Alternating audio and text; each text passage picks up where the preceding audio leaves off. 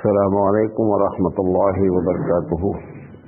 الحمد للہ رب العالمین والعاقبۃ للمتقین والصلاۃ والسلام علی رسولہ الکریم. محترم حضرات، ہم آپ سے درس حدیث لگاتار کر رہے ہیں اور آج اس کا درس نمبر 120 ہے. کل ایک روایت ترمذی شریف کی آپ کے سامنے پڑھی تھی جو انس رضی اللہ تعالیٰ عنہ سے روایت تھی کہ اللہ کے رسول صلی اللہ علیہ وسلم نے فرمایا کہ ان عظم الجزاء ما عظم البلاء، کہ جس چیز کا بدلہ بہت بڑا ہوتا ہے اس کی آزمائش بھی کیا ہوتی ہے؟ بڑی ہوتی ہے. تو اس پر میں نے آپ سے ایک بات یہ کی کہ یہ اللہ تعالیٰ نے جو اصول رکھا اپنے نزدیک کہ اگر کوئی آدمی بڑی آزمائش میں مبتلا ہے تو اس کا بدلہ بڑا ہے. میں نے اس پر ایک چھوٹی سی بات کی تھی بہت اہم، کہ یہ نہیں سمجھنا چاہیے کہ جتنی بڑی مصیبت میں ہم گھرے ہوئے ہیں اتنا بڑا بدلہ ہم کو ملنے والا ہے. یہ اس حدیث کا مطلب نہیں ہے. سب سے پہلے یہ بات معلوم ہونی چاہیے کہ یہ مصیبت کی وجہ کیا ہے. تو میں نے بتایا کہ مصیبت آنے کی 4 بنیادی وجہ ہوتی ہے. کتنی ہوتی ہے؟ 4 بنیادی وجہ ہوتی ہے. ایک وجہ یہ ہوتی ہے کہ ہم نے ایسا کام ہی کیا ہے کہ مصیبت آئے، جس کی میں نے مثال دی کہ آپ درخت کی جس ڈال پر بیٹھے اسی کو کاٹ رہے ہیں، تھوڑی دیر کے بعد ڈال گر گئی. تو یہ ایک وجہ ہوتی ہے کہ ہم نے جو کام کیا ہے اس کا نتیجہ نکلنا چاہیے وہی خراب، کیونکہ کام ہم نے کیا کیا ہے؟ خراب کیا ہے. دوسری چیز ہوتی ہے، دوسری وجہ میں نے بیان کی کہ بدلہ ہے. آپ نے جیسا کیا ہے ویسا آپ کے ساتھ کر دیا گیا. آپ اس کو بھی کہہ سکتے ہیں کہ سبب. اور تیسری چیز ہے کہ اللہ تعالی جو ہے وہ بطور سزا کسی آدمی کو آزمائش میں مبتلا کرتا ہے. اور اب یہ کب کب کرتا ہے، سزا کے طور پہ کب کرتا ہے، وہ اللہ تعالیٰ کی ایک پالیسی ہے. اور چوتھی چیز یہ ہوتی ہے کہ بطور آزمائش وہ جو ہے بندوں کو مبتلا کرتا ہے. یہ 4 باتیں میں نے آپ کے سامنے کل رکھی تھی. آج جو بات کرنا چاہ رہے ہیں، عبدالستار بھائی آج کل بہت غور سے سنتے ہیں ماشاء اللہ. جتنا سر اوپر اٹھا کے سنیں گے اتنا سمجھ میں آئے گا، جتنا سر نیچے کریں گے اتنا شیطان کا غلبہ زیادہ ہوگا. صحابہ رضی اللہ تعالی علیہ مجمعین نبی کریم صلی اللہ علیہ وسلم کو جب بات کرتے تھے تو دیکھتے رہتے تھے، اور جب آپ نیچے سر کریں گے، بچے کریں یا بڑے کریں، تو فوراً نیند اوپر ہوگی، بات پیچھے ہوگی. وہ یہ الگ بات ہے، وہ بولتا رہتا ہے کہ تم بہت اچھا سن رہے ہو، حالانکہ وہ اچھا نہیں سن رہا ہے. بہرحال تو آج ہم جو بات کرنا چاہ رہے ہیں وہ یہ ہے کہ یہ اللہ تعالیٰ نے ایسی پالیسی کیوں بنائی ہے کہ جس کو بڑا مقام دینا چاہتا ہے، بڑا بدلہ دینا چاہتا ہے تو بڑی آزمائش میں مبتلا کرتا ہے. محبت کا تو تقاضا ہماری سمجھ سے ہی ہوتا ہے کہ ایک پیرنٹس اپنے بچے کو چاہتے ہیں تو اس کی ساری غلطیوں کو درگزر کریں. نمبر 1، وہ جو چاہے وہ مارکیٹ سے دلوا دیں، سینکڑوں غلطیاں کریں ان کو غصہ ہی نہ آوے. ہمارے دماغ میں یہ بات آتی ہے کہ محبت اگر ہم سے ہے، اللہ محبت کی وجہ سے ہم کو آزمائش میں ڈالا ہے، تو محبت تو چاہتی ہے کہ معاملہ اسموتھ چلے. بات تو سمجھا پا رہا ہوں؟ محبت چاہتی ہے کہ ہمارا معاملہ، اگر اللہ ہم سے محبت کرتا ہے تو ہمارا معاملہ ایک دم سیدھا سیدھا چلنا چاہیے، جو ہم چاہیں وہ ہو جائے، جو ہم دعا مانگے وہ ہو جائے، مصیبت ہمارے قریب نہ آوے. لیکن رب ذوالجلال کی پالیسی اس سلسلے میں یہ ہے کہ جتنا آگے اور ایک حدیث آ رہی ہے کہ جتنا زیادہ آپ سے محبت کرے گا اتنا زیادہ آپ کو پرابلم آئے گی. لیکن میں یہ بھی بات کہنا چاہتا ہوں، یہ نہ سمجھے ایک آدمی کہ خوب پرابلم آ رہی ہے لہذا اللہ بہت محبت کر رہا ہے. اس کی میں نے ایک مثال دی تھی کہ اللہ کے رسول صلی اللہ علیہ وسلم نے فرمایا کہ جب جن حیوان کی شکل اختیار کرتا ہے، تین جانور کا ذکر ہے، کتے کا، بلی کا اور سانپ کا، تب یہ ہمیشہ کالا ہوتا ہے۔ اب لوگ کیا سمجھتے ہیں، کالا کتا دیکھے یہ جن ہے، ہر کالا کتا جن نہیں ہے، یہ حضور نے نہیں فرمایا ہے، لیکن جب جن کی شکل، جن کتے کی شکل اختیار کرے گا تو کالا ہوگا، یہ مطلب ہے۔ ایسے ہی اللہ محبت اگر کیا ہے تو مصیبت ضرور آئے گی۔ آپ دیکھیں کہ ایک آدمی کہے کہ میں اللہ والا ہوں، ایک نبی بولے کہ میں نبی ہوں، اور اس کی زندگی میں پرابلمس نہ آوے، ایسا نہیں ہوگا۔ اسی لیے ہر نبی کی زندگی میں کیا آتی ہے، پرابلم آتی ہے، اور اس میں سب سے زیادہ پرابلم اس نبی کو آتی ہے جو سب سے بڑا نبی ہوتا ہے۔ حضور نے کیا فرمایا، اشد البلائی انبیاء، سب سے زیادہ پروردگار عالم انبیاء کو آزماتا ہے۔ اب سوال یہ ہے ایسا کیوں ہے؟ ہمارا مزاج ایک ہے، ہم ویسے اس کو دیکھنا چاہتے ہیں، پروردگار عالم کی پالیسی اس کے ایک دم خلاف ہے۔ یہ بات پہلی آپ سے کرنا چاہتا ہوں۔ یہ بہت اہم ٹاپک ہے، اس میں لوگوں نے بہت کچھ لکھا، اور چونکہ مین چیز کیا ہے کہ عوام کی سطح پر اتر کر کے بات کو سمجھانا۔ جب یہ اس ٹاپک پر آپ کتابیں اٹھائیں گے تو اس کو علماء ہی سمجھ سکتے ہیں، عوام کے بس کا ہی نہیں۔ وہ اتنا ٹپیکل لکھا ہوا ہے کہ وہ خود چاہتا ہے کہ اس کی تشریح کے لیے کتاب ہونی چاہیے۔ بہرحال تو یہ جو اللہ تعالیٰ کی پالیسی ہے، میں نے اس پہ 3 باتیں لکھی ہیں آپ کو سمجھانے کے لیے۔ سوال یہ ہے کہ دنیا میں بھی یہی ہوتا ہے۔ اچھا، بڑا جو آدمی ہوتا ہے اللہ کی نگاہ میں، وہ جو ٹارگٹ بناتا ہے، مقصد جس کا وہ ہوتا ہے، وہ مقصد اتنا بڑا ہوتا ہے۔ مثال کے طور پر اللہ کے رسول کہتے ہیں کہ میں جنت کے سب سے اونچے مقام پر رہنا چاہتا ہوں۔ تو ایک تو جنت ٹارگٹ، خود بڑا ٹارگٹ ہے۔ اب جنت میں بھی کیا ہے، سب سے اونچا مقام ہے۔ تو جب اونچے مقام کی آپ نے تمنا کی ہے تو اونچی آزمائش بھی آئے گی۔ کیوں؟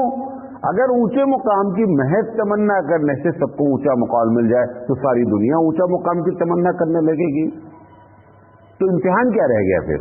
تب تو صرف ایک بات کہے گی کہ آپ کو سمجھا دی جائے کہ بھیا خوب اونچا اپنا مقصد رکھ لو اور کامیاب ہو جاؤ گے۔ جتنا ایک مثال دے رہا ہوں، ایک بچہ 12ویں پاس کرنے کے بعد وہ یہ ارادہ کرتا ہے کہ میں IAS کے کمپٹیشن میں بیٹھنا چاہتا ہوں۔ اب یہ بچہ اگر IAS کا کمپٹیشن آسان ہو تو ساری دنیا کیا کرے گی، IAS ہو جائے گی۔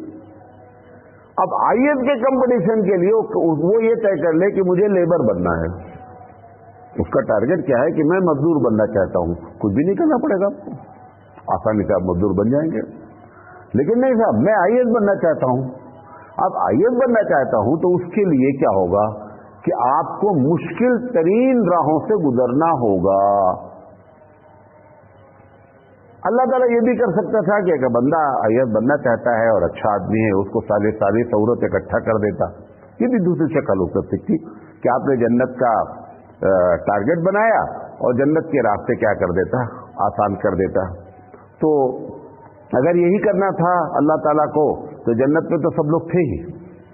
آدم علیہ السلام پیدا کہاں ہوئے؟ آدم علیہ السلام کی پیدائش ہی جنت میں ہوئی۔ وہ جنت سے نکالتا ہی نہیں، جنت والوں کو جنت میں رکھتا اور برائی کرنے والوں کو برائی کر دیتا۔ یہ دنیا کا جب پورا کھیل چلا ہے، یہ سارا کھیل کیا ہوتا، ختم ہو جاتا۔ تو پروردگار عالم نے جو رکھا وہ دنیا میں بھی ہوتا ہے کہ آپ جتنا اونچا مقصد رکھیں گے اتنا آپ کو اسٹرگل اور پرابلمز آنا ہی آنا ہے۔ آپ دیکھیں کبھی کبھی پہاڑ پہ کوئی وزٹنگ پلیس ہوتا ہے تو اس پہ سیڑھیاں بنی ہوتی ہیں، ایک ایک سیڑھی پر چڑھنے کے لیے آپ کو محنت کرنی ہے۔ اگر اوپر سے چڑھنے کے بعد یہ طے کر لیں کہ میں نیچے گرنا چاہتا ہوں تو آپ کو کوئی محنت نہیں کرنی ہے، ایک مرتبہ اپنے آپ کو لڑکا دیں گے، انشاءاللہ نیچے آ جائیں گے۔ تو پتہ کیا چلا کہ جو درجات اپ ہوتے ہیں، اونچے ہوتے ہیں، اس سے محنت کرنی پڑتی ہے۔ اسی لیے ایک بات اور بریکٹ کی کہہ رہا ہوں کہ جنت کے بارے میں جو حدیث ہے کہ جنت کے درجات ہیں، اسٹوری 1، اسٹوری 2، پہلی منزل، دوسری منزل۔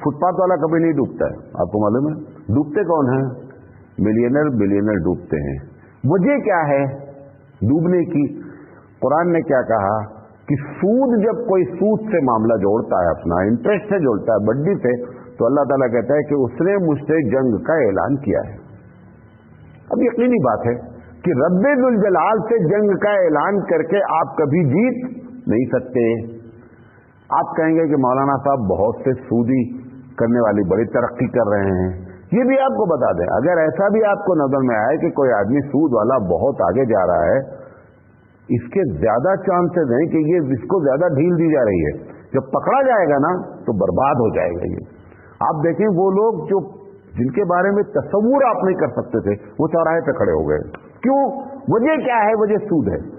تو ایک وجہ کیا ہوتی ہے کہ ہمارے کرتوت، جو قرآن نے کہا وما اصابک من مصیبت، کہ جو مصیبت تم کو لاحق ہوئی ہے اس کے پیچھے تمہارا اپنا کردار ہے۔ نمبر تو تھوڑی دیر میں یہ بات سمجھ آ جائے گی کہ ہمارے پاس، مثال کے طور پر ہم نے کسی عورت کو چھیڑا، میں آپ کو اس کے پہلے کل بتایا تھا کہ ضروری نہیں کہ آپ کی عورت چھوڑی جائے تو اس کا مطلب آپ نے چھوڑا، لیکن اس کے چانسز فل ہیں۔ اب اگر آپ کی عورت کو کسی نے چھیڑ دیا تو آپ کو اندر سے مطمئن رہنا چاہیے کہ میں نے جو کیا تھا یہ اس کا بدلہ ملا ہے۔ اس کو کوئی بتا نہیں سکتا، وہ آپ کا دل بتائے گا خود کہ یہ گڑبڑی مجھ سے ہوئی جس کی سزا مجھے ملی ہے۔ موساری رحمۃ اللہ علیہ نے ایک واقعہ لکھا ہے کہ ایک سونار اپنے گھر میں ایک آدمی کو، ایک بچے کو رکھا ہوا تھا، جوان بچہ جو گھر کا کام وام کرتا تھا۔ ایک دن اس نوجوان نے اس کی بیوی کو چھیڑ دا۔ جب شوہر رات میں گھر آیا تو بیوی نے شکایت کی کہ یہ لڑکا جو تم نے کام پہ رکھا ہے یہ صحیح نہیں ہے۔ تو یہ رونے لگا۔ کون؟ سونار رونے لگا۔ اس نے کہا کہ میں آپ کو بتاؤں اس کی وجہ کیا ہے۔ تو ان کا کیا کہا، آج ایک عورت چوڑی پہننے آئی، سونے کی بنایا تھا، جب میں اس کو چوڑی پہنا رہا تھا تو اس کے ہاتھ کو میں نے شہوت سے چھوا، یہ اس کا ریزلٹ نکل آیا۔ لیکن میں آپ کو پھر یہ کہہ رہا ہوں، یہ 100% ہونا کوئی ضروری نہیں ہے، کیونکہ اگر اس کو 100% مان لیں گے تو نتیجہ کیا نکلا گا کہ اس میں انبیاء بھی آ جائیں گے۔ جیسے میں نے کل مثال دی کہ نبی کریم صلی اللہ علیہ وسلم کی بیوی پر الزام لگا۔ اب آپ یہ سمجھیں کہ صاحب اللہ کے رسول نے بھی نعوذ باللہ کسی کی بیوی پر الزام لگایا تھا، لہذا الزام لگ گیا۔ یہ 100% نہیں ہے، لیکن 99% یہ ہونا ہی ہونا ہے، یہ بھی آپ کو بتا دے رہے ہیں۔ 99% یہ ہونا ہے۔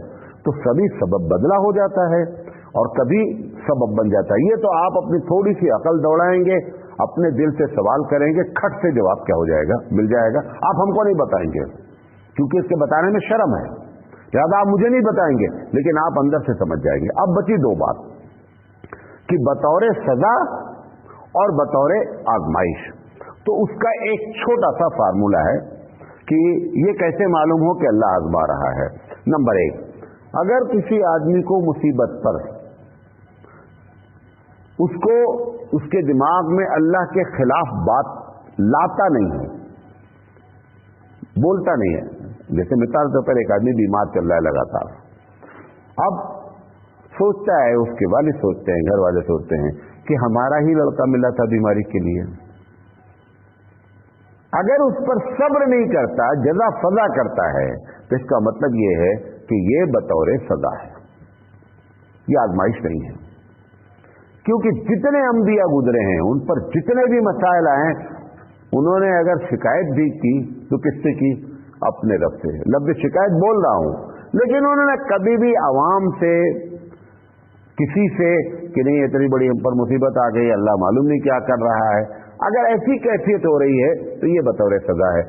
اور اگر یہ ہے کہ جو کچھ ہو رہا ہے یہ میرا رب کر رہا ہے اور اس میں ہمارے لیے بھلائی ہی ہوگی، تو اس کا مطلب یہ بطور آزمائش ہے۔